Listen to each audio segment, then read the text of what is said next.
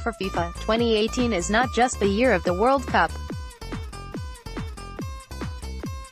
Football's global governing body hopes that it will also be the year when the Club World Cup is expanded, and the cash it generates from this event rockets.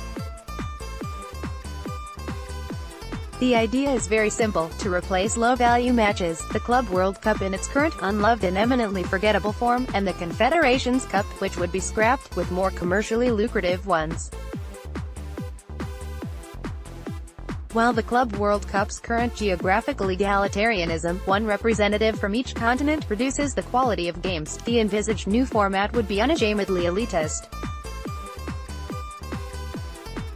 12 of the 24 slots would go to European teams. These berths would mostly go to sides who have enjoyed the most historical success in the Champions League, the same teams who are, not coincidentally, the biggest revenue drivers in the global domestic game. So, naturally, this idea has money making at its core. FIFA president, Gianni Infantino, has reportedly been promised $12 billion for the first 4 editions of the reformed Club World Cup, which would take place in June 2021 and then every 4 years thereafter. According to the Financial Times, the consortium making the promises, who also hope to reform international football, is led by Japan's SoftBank, and Saudi Arabia and the United Arab Emirates are among the biggest backers. Barcelona, Bayern Munich, Real Madrid, Liverpool, Man United, all on board. Barcelona have praised the exciting, inclusive, dynamic, prestigious idea, and several other European giants, notably Bayern Munich, Real Madrid, Liverpool and Manchester United, are said to support the concept. The 24 participating clubs would share a prize fund of about £1.5 billion, with the winner earning as much as £100 million and a guaranteed minimum £50 million just for taking part. The tournament would explicitly target non-traditional, over-the-top broadcasters, Manchester United Executive Vice Chairman Ed Woodward said this week. But the idea still seems unlikely to pass. On Wednesday, UEFA, Europe's governing body, said that its Professional Football Strategy Council expressed serious reservations about the concept, bemoaning the hasty timing and lack of concrete information. In March, Infantino said FIFA had just a 60-day window to agree on the $25 billion guaranteed total investment.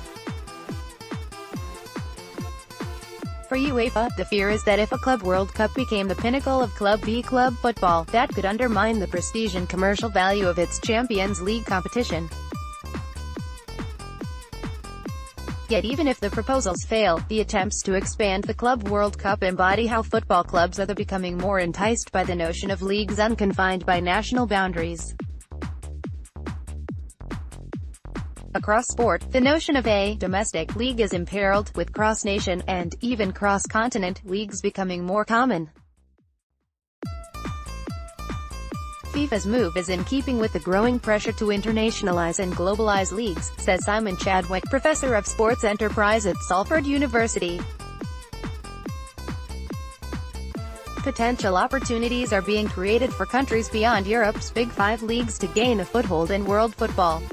A more vibrant Club World Cup would help the profile of clubs from beyond Europe, especially those from Asia and North America. Ultimately, this may reduce Europe's monopoly over the best footballers in the world.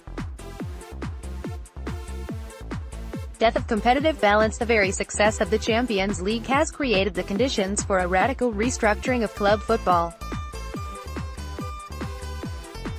The Champions League has created the age of the continental superclubs, not merely richer than ever before, but far wealthier compared to those outside the rarefied elite.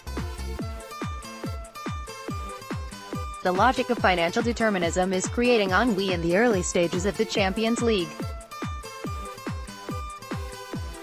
Barcelona, Real Madrid and Bayern Munich have each reached the quarter-finals in every season since at least 2009-10, so what is the excitement in watching them be in earlier stages of the competition? The continental superclubs are also decimating competitive balance across European domestic leagues.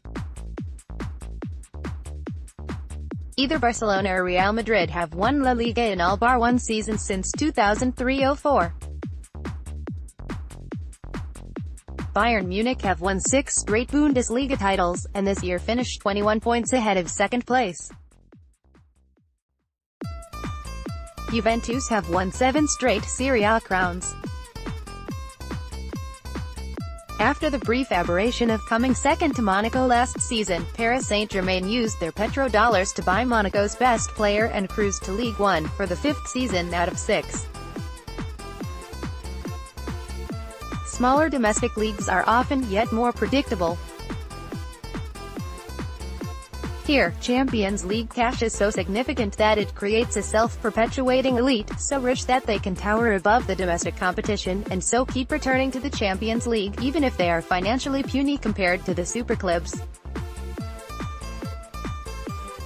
In 2016-17, Celtic received £27 million from the 3 points they got in the Champions League group stage, almost double the entire revenue that Aberdeen, who came second in the Scottish Premiership, earned in the entire season. The cash helped Celtic lock in their 7th consecutive Scottish Premiership crown this year. Celtic's Patrick Roberts left, and Kieran Tierney take a selfie after winning the Scottish League title, PA, across similarly sized leagues. The story of Champions League cash destroying domestic leagues' competitive balance is almost universal.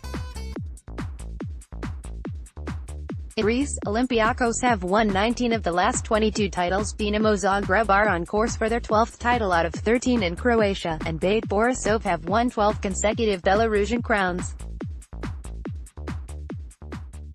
Because of the distorting effect of Champions League cash, each year returning to the competition then increases the prospects of dominating their domestic leagues even more.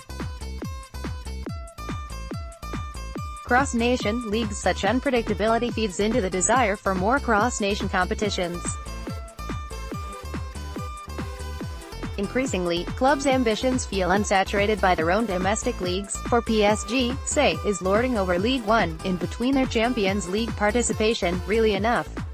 Clubs in the second tier of European football have already been discussing launching cross-nation leagues for years.